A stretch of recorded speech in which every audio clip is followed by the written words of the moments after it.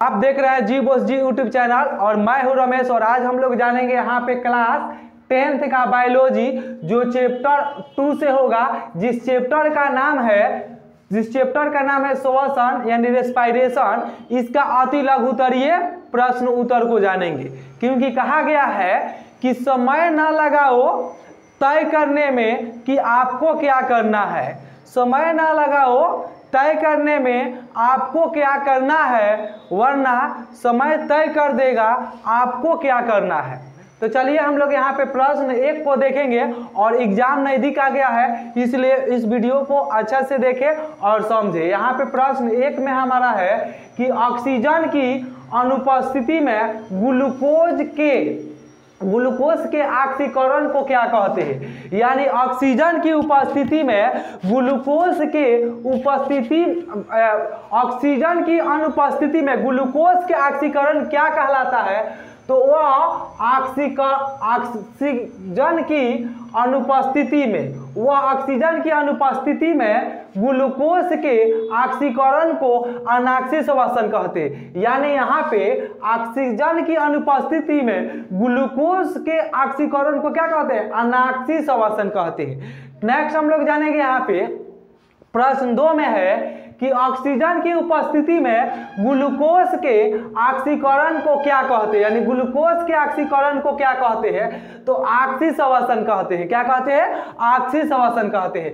Next प्रश्न 3 में है कि जैव कोशिकाओं में रासायनिक ऊर्जा का सार्वजनिक वाहक क्या कहलाता है। यानी जैव कोशिकाओं में रासायनिक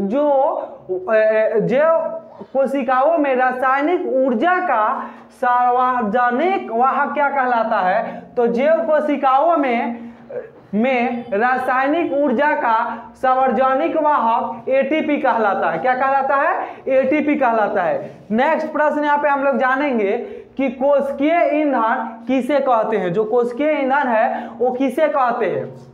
तो जैव ऊर्जा के उत्पादन के लिए कोशिका मुख्यतः ग्लूकोज का उपयोग करती है, अतः ग्लूकोज को कोशिकीय ईंधन कहते हैं। किसको कहते हैं, तो ग्लूकोज को कोशिकीय ईंधन कहते हैं। नेक्स्ट प्रश्न 5 में है, यहाँ पे प्रश्न 5 में है कि संपूर्ण श्वसन क्रिया के 2 प्रमुख चरणों के नाम लिखिए। यानी जो संपूर्ण श्वसन क्रिया है उनके 2 प्रमुख चरणों के नाम लिखना है। तो एक हो जाएगा प्रश्वास और उच्चोश्वास, जिसमें श्वसन लेते हैं तो प्रश्वास कहलाता है, छोड़ते हैं तो उच्चोश्वास कहलाता है। ये प्रमुख 2 श्वसन के अंग है। नेक्स्ट प्रश्न यहाँ पे 6 में है कि श्वसन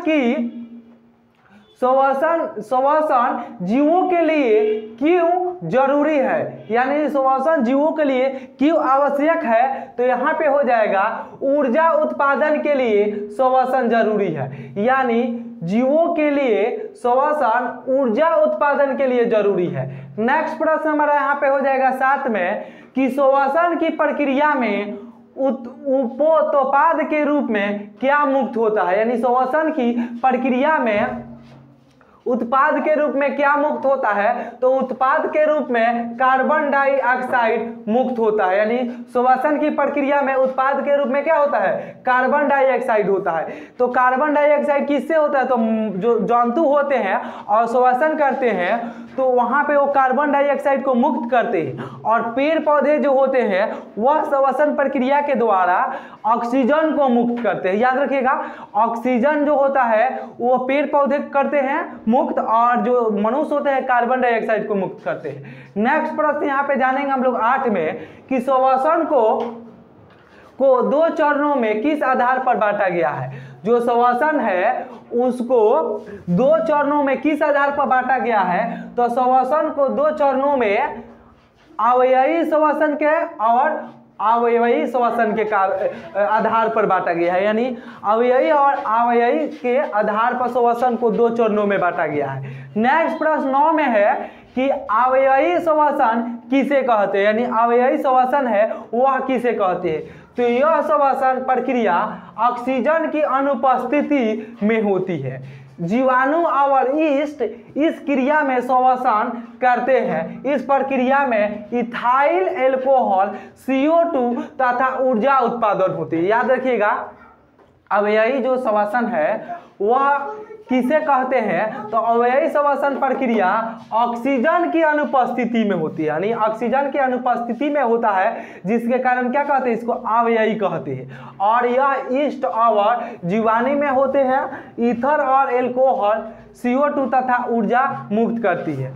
नेक्स्ट यहाँ पे होता है आपका अवयवीय श्वसन की क्रिया किस स्थिति में आरंभ होती है, यानी यहाँ पे है अवयवी श्वसन की क्रिया किस स्थिति में आरंभ होती है, तो यह हमारा हो जाएगा अवयवी श्वसन में ऑक्सीजन की उपस्थिति में पायरुवेट का पूर्ण विखंडन होता है जो माइटोकार्डिया में होती है।